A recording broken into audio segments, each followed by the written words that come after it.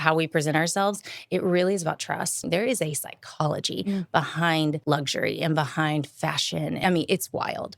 You look the part, you speak the part, you dress the part. We see you and it's like, this person is super confident. I really need to understand how she got there. I packed up everything in my car, TV in my front seat, drove out to LA. I don't have a job. I didn't know anybody. Entrepreneurship teaches you a lot of things. It humbles you quicker than anything. So I called up Todd and I said, so I'm coming back. Great. When do you want to start? So many things go wrong. We could write books. Clients don't know half of the stuff that happens. There's no time to complain or be upset. You just have to go, okay, here's the situation. What's the next best thing? And how do we pivot and go and do it? Behind every beautiful wedding is a story worth preserving. Hi, I'm your host, Andrea, founder of the nation's premier bouquet preservation studio. Through building that company, I've had a front row seat to thousands of weddings and the incredible professionals behind them. On Bridal Club, I bring you conversations with the experts shaping today's weddings. It's for couples planning their perfect day and the pros who make it happen. Welcome to the club, to Bridal Club. welcome back to another episode of Bridal Club. I have a very special guest with us today, and I'm going to actually tell you a little story. Everybody in the wedding industry knows Todd Events. And after I had followed him for a while, I noticed that one of their lead designers, in fact, their director of weddings and events, her Instagram is incredible. She speaks the part, she dresses the part, she looks the part. And I started kind of like just sending messages here and there because I really wanted to have her on the podcast.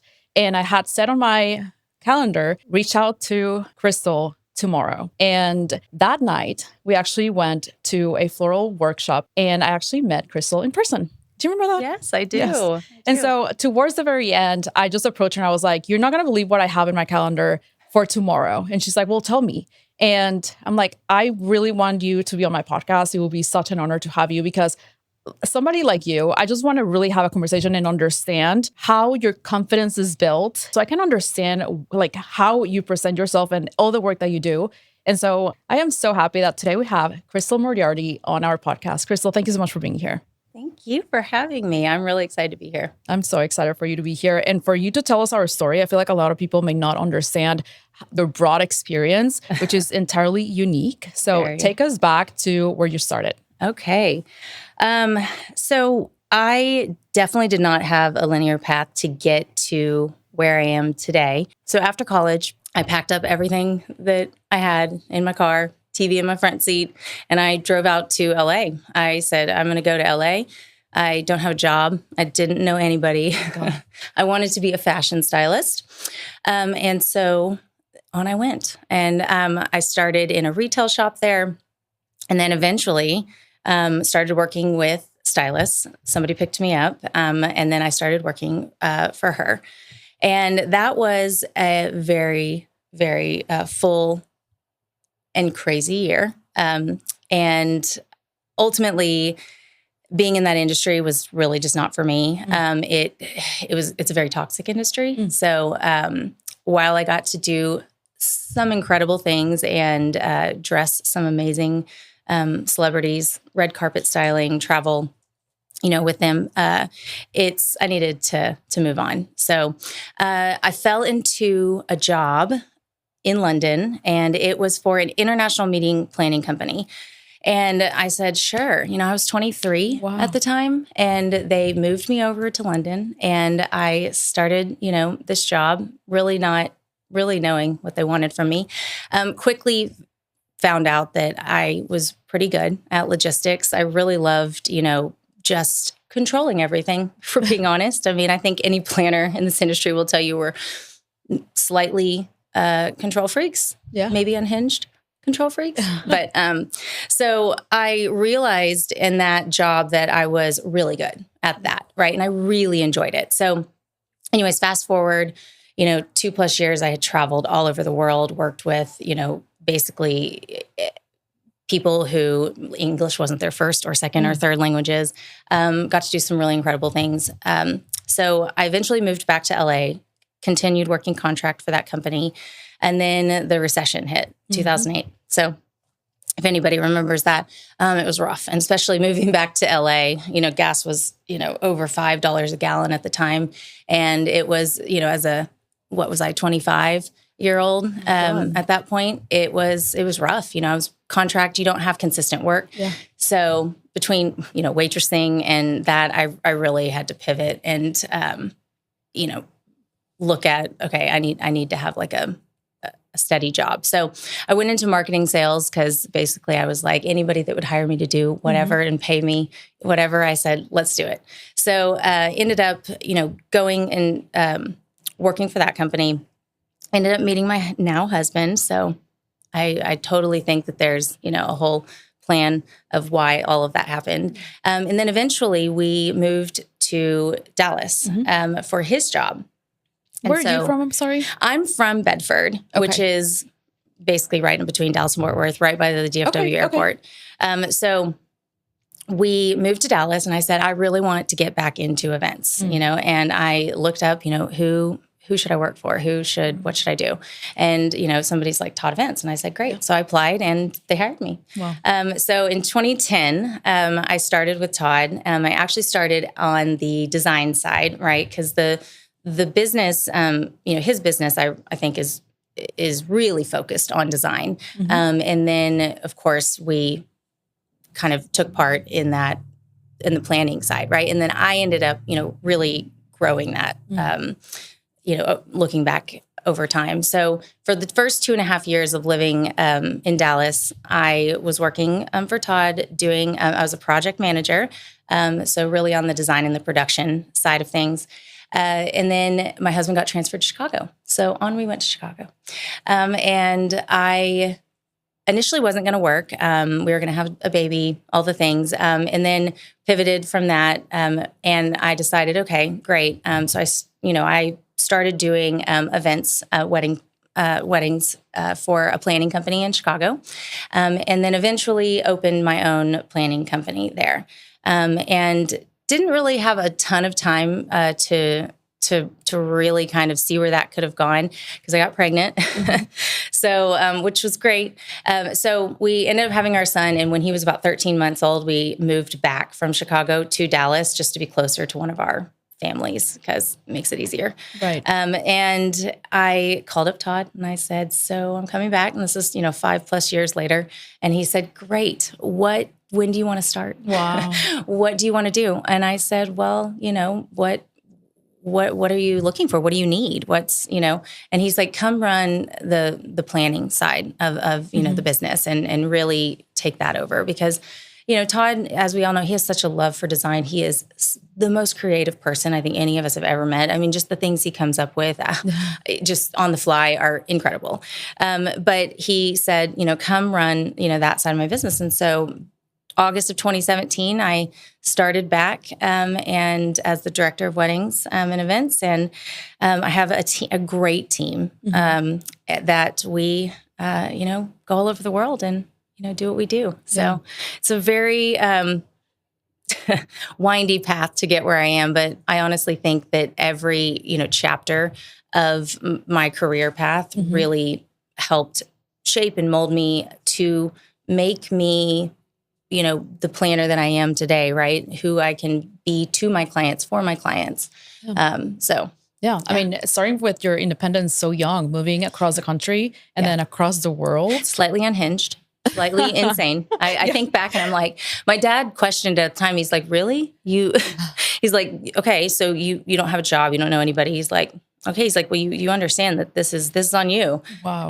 And I said, okay. So it all worked out. Right. But yeah. Yeah. And walk me a little bit through when you were an entrepreneur. I mean, entrepreneurship teaches you a lot of things. It's like a reality check. It really does. Yeah. It really humbles you quicker than anything. So true. You think you know what you're doing and you get slapped in the face pretty hard. Yeah. Agreed. To realize that you don't. But it's, I think you learn a lot about yourself. You learn a lot about what you can handle, what you can't handle, what you need to be better at, who you maybe should hire to fill in the void of something that you maybe know you're not great at, right? I definitely, it's really about a team, and especially in this business, we can't do it alone. Right. And a lot of people that work for another firm, they don't necessarily have that experience. So as you said, I feel like every single part of your career and even though it's like all over the place in a way, like it really made you one of the best. Oh, well, thank really you so did. much for saying that. Yeah, I think, I think honestly, having all of those different experiences, because as a planner, we wear so many different hats, right? We are a therapist, right? We're a lawyer. We are somebody's confidant. We are the person that needs to go and tell people what they need to do. I mean, we really do it all. And so having all of those experiences, I think just, helps somebody kind of be able to easily pivot, right? Which is honestly number one in our job is what we have to know how to do and know how to do it well, right? Yeah. Is being able to pivot. Yeah. And I mean, even this morning, right? What happened this morning? My God. Flat tire, all the things. I had to take the car in, get a loaner. So, but you're here. I'm here. We figured it out. Yes, and that's the thing about you versus a lot of people, right? You still show up and you know how to pivot and you know how to basically handle a lot of the pressure and stress. Yeah. Well, I think also too, it's about, when you kind of get in those moments where you could just easily get frustrated, you could easily get pissed off, mad. It's you have to look at yourself and go, well, what is that going to help? Yes. Right. Like I can't control this. It's happening. So I just need to figure it out. Right. Which is a lot of what happens on site. Right. There's, so many things go wrong. Right. We could write books. Right. Our clients don't know half of the stuff that happens. And it's, you have to look at it and there's no time to complain or, be upset. Right. You just have to go, okay, here's the situation. We're in it. Let's go. What's the next best thing and how do we pivot? And it's like, okay, go team and go and do it. Yeah. And I don't know why, but somehow we like that pressure, don't we? Weirdly. Why? I weirdly love the chaos. I should go to therapy for that, right? I really should. I should go to therapy and understand what it is about me that needs that control or whatever it is. But I thrive when I'm on site, I love all the planning, the lead up, everything, working with the clients, creating a relationship really is what it's about. So that there's trust, on the day and they allow you to do your job. Right. Because I think as a creative, when you are stifled, you won't do your job well. Right. None of us will. It's, you can't be boxed in. So building that trust, with your client and that authentic relationship really helps you to be able to just do what you need to do, right? And they just literally trust you to do it. And it is, it's an adrenaline rush for me when I'm on site. I'm the exact same way. Yeah. In fact, when things are going smoothly, I'm like, there's something wrong.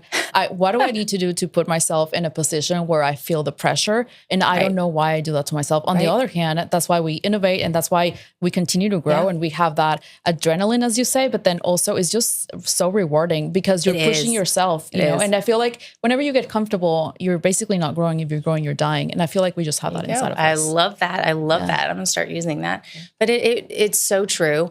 I do. I think maybe it is that it feels so much more rewarding when when it was hard, right? You were like drugged through it, right? Weather, whatever it is. And at the end of the day, your client is happy and, they're married, you did it, all the things and maybe it's that. I feel like if you don't feel that, I feel like you're not pressuring yourself to your capabilities. Yeah. And a lot of people are okay not feeling that. But the fact that they are, and I mean, that really does make the big difference and obviously sets you apart from a lot of people in the industry, Yeah. Thank you for that. So question for you, have you always been into events and weddings, or is that something that kind of like grew as you started taking these jobs? Or I think that my love of what I do now, it definitely did not start with weddings. That wasn't even on my radar. I was never, the little girl that was going to grow up and have a picket fence and be married and have kids. Like I never really, that was not me. I was like, let's go. I'm going to move to LA. I don't know anyone. I'm going to move to London. I don't know anybody. Let's go. And it was always about what can I do? What can I see? And it's, so when I started that job in London, that's when I really fell in love with just the process of planning an event, any event, right? The logistics, the intricacies, the nuances, the really thinking through all of the steps. It's basically like putting a puzzle together, right? I love games. I love puzzles. I love cards, if you know anything about me, I'm like, let's go, let's play a game. I heard that you're super competitive. Yeah, called it, nailed it. Super competitive in a fun way. Sometimes people refer to me as Monica from Friends, but funny. maybe I'm not that extreme. Maybe. But it's so my love for just what I do came from that. And then when I switched over from like the uber corporate world of eventing to the couture world of eventing, it was this, oh my gosh, I found something that blends my love of like logistics, right? The nuances, the intricacies, putting together these puzzles of how everything's going to work together, but also with like design and fashion, right? Because that's what I initially went to do is I love fashion. I've always loved it, worked in retail in college. So I kind of was like, it was this like, moment where I go, wow, I like found something that really, allows my creative, freedom on, these things that I love, as well as like these things that I love. So I love that. Tell me what you mean by bringing the juice. We want to know. Yes. Todd's cute catchphrase. So I think I realized early on in the couture world of eventing is that, people, of course, with photographs, people remember, the napkin details or, the design of a floral centerpiece. But I personally really think that people remember how they felt, right? They remember that the feeling that everything that you've done and you've put together and that you've designed and that you've set up, those napkins, the floral centerpiece, how it made them feel, right? That's really, I think, what that phrase means, to me and how I interpret it. I think everybody in our company has a slightly different interpretation of that. But for me, it's really about the true experience that somebody is going to go through, whether it's the client who's also a guest, right? We can't forget that. Their guests, and it's that's for me is the most important. It's all about how you set up the space to create that atmosphere.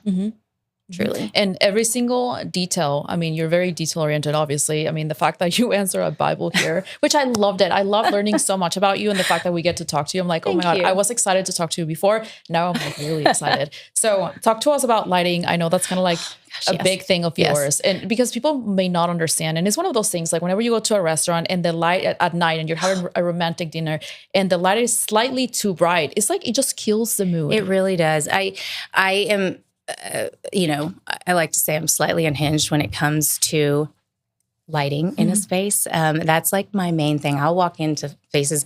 First off, don't ever go to dinner in Italy or Rome.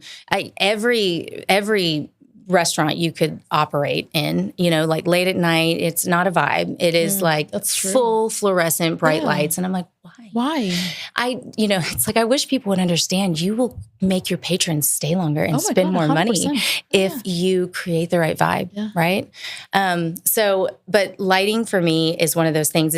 It really goes back to when it's done well, people really don't notice it, right? Because they know how they feel in the space. They know that it's a vibe, right? But when it's not done well, you notice it, right? So it kind of goes with everything, but it's really kind of everything that how it all fits together, the ebb and flow of the music, right? The cadence, how the event runs, how one thing goes into the next, how the client and the guests are experiencing the night as you go through it. That's what it's about, right? To ultimately, create that emotional experience because that's what it is. That's all it is. Yeah. Right. Yeah. And again, it's one of those things like as a planner, every single detail. Typically lighting is something that nobody thinks about, like normal people like us, especially for a wedding, you're like, lighting, what are you talking about? And the fact that every single detail is so well planned, and you're very detail oriented. You might want to make sure that everything's perfect for the event. That's awesome. Yeah. No, absolutely. I love your sense of fashion. Obviously, every single time that you show up, whether you're traveling or just having like a day off, you always know how to style yourself. And I feel like this is so important in weddings as well, more than people realize. Guide me through that and like how you guide your clients with fashion too. Yeah, honestly, fashion is, of course, an expression of oneself. But in our industry, everything is about presentation, right? And you're included in that as their planner, right? You are expected to look the part, right? You've got your shit together, right? But I think it's also a respect thing too for yourself, 100% right? agree. Like you know, why does anybody want to go out looking a mess? So it's a respect thing. It's also, it goes back to such an easy phrase of, if you look good, you feel good. If you feel good, you are better, right? 100%. You exude more confidence, right? People trust you. People are drawn to you, right? There's a psychology behind it, which I learned very early on in when I was doing fashion styling, right? Celebrity fashion styling. There is a psychology behind luxury and behind fashion and behind all of that. I mean, it's wild. So why not take that and translate it, you know, into this world, right? I don't, you know, people say blend in, and I'm like, well, blend in doesn't have to be what I think people go to straight away in their heads. It's blending in is, you know, you want to almost look like a guest, right? That's, for me, that's, you know, in my team, that's what I strive for, because your clients want somebody around them and that almost feels like an extension of them. You know, I would imagine. And it's one of those things where to me, that there's really no other way to do it. Yeah. Right. I love that. And again, it goes back to where I said, you look the part, you speak the part, you dress the part. I mean, again, you see, or we see you, and it's like, this person is super confident. I really need to understand how she got there. I love the fact that that really has a lot to do with fashion and the way you present yourself, because I do agree, even when you're not feeling good, the fact that you can dress up and put some makeup on, like that alone is going to truly make a big difference. It really does. I mean, I think people sometimes laugh at, you know, girls at the gym, let's say, and they're like, why are they, you know, putting this, you know, matching set and, you know, all the things. And it's like, honestly, if it puts you in a headspace that makes you feel better about yourself, you're going to have a better workout, right? And then you're going to get better results, right? It's all connected, right? It really just like parlays, you know, on top of each other. So it's a no-brainer, you know, for me. And then I also think mostly for my clients and for, you know, how we present ourselves, it really is about trust too. You know, it's like, why would you trust somebody, you know, who is supposed to be managing such an important weekend and all of the nuances that come along with it and all the things that client has told us, to somebody who looks disheveled and a mess and not put together? Like, it doesn't go together. Yeah. I could not agree more. And I love this topic so much, by the way. Yeah. I wanted to talk to you also. I mean, you have planned all kinds of different weddings. You have worked with celebrities and people that were really well respected. At the end of the day, they want the same things. Tell me more about that. Yeah. I mean, no matter how high profile client, you know, your client is, they really all just want to be seen, understood, and they want that emotional experience. They want to feel like they don't have to manage, you know, those moments, because I think high profile clients, celebrity clientele, they are very managed in their lives, right? And when it comes to a personal event and or celebration, whatever it is, it's one of those things. They don't want to feel those things. They want what every other non-celebrity, non-high profile person wants, right? Just to be understood, for their vision to, you know, come forth, and for it to, for them to just be fully invested, you know, emotionally in that experience. So it's really no different. Yeah. So whether they have a smaller budget or a really big budget, what do you think everybody's looking for? Like, looking back, what do you think couples really love the most about the wedding after the whole experience? I mean, I think it goes back to that emotional experience, because there's nothing that can replicate it, right? Like like I said, you set up this whole day, right? In these moments, right? But they're immersive experiences. Really, that's what they are. So it creates this emotional bond almost to that moment, right? Which is at the end of the day, that is what's going to be remembered, right? How they felt, and not everything they see around them, because that's part of the experience, absolutely. But it's how they felt, right? 100%, right? Which is something that, again, Todd Events really brings to every single client. And I love that so much. Yeah. Just quick question. What kind of celebrities have you worked with? Because I know you've had a lot of musicians at weddings. Like, can you tell us a few of the people that you have brought as the musicians for weddings? Musicians? Yes. Oh, gosh. Headliners, man, we've done tons of headliners. I mean, we've worked with, Lionel Richie, Keith Urban, The Chicks, Toby Keith, rest in peace. We've worked with Michael Bublé, Luke Bryan. I just did an event with Dierks Bentley. List could go on. Yeah. So a lot of, and headliner clients or clients that want headliners it's a lot of fun. It is a whole other level of logistics added on top of all of the logistics that you're already managing. So it's like a whole nother event within an event that you're having to plan. Oh yeah. I mean, goodness. The riders, all the things. I didn't even think about that. Yeah. Okay. Yeah. Well, actually, it takes me to the next question. For people that want to come into the luxury industry and really start becoming a planner, what would you say to them? Like, what's your advice? It's not for the faint of heart. So I would take that under advisement, but I think you really have to have a love of hospitality, right? I feel like out there in the world today, it's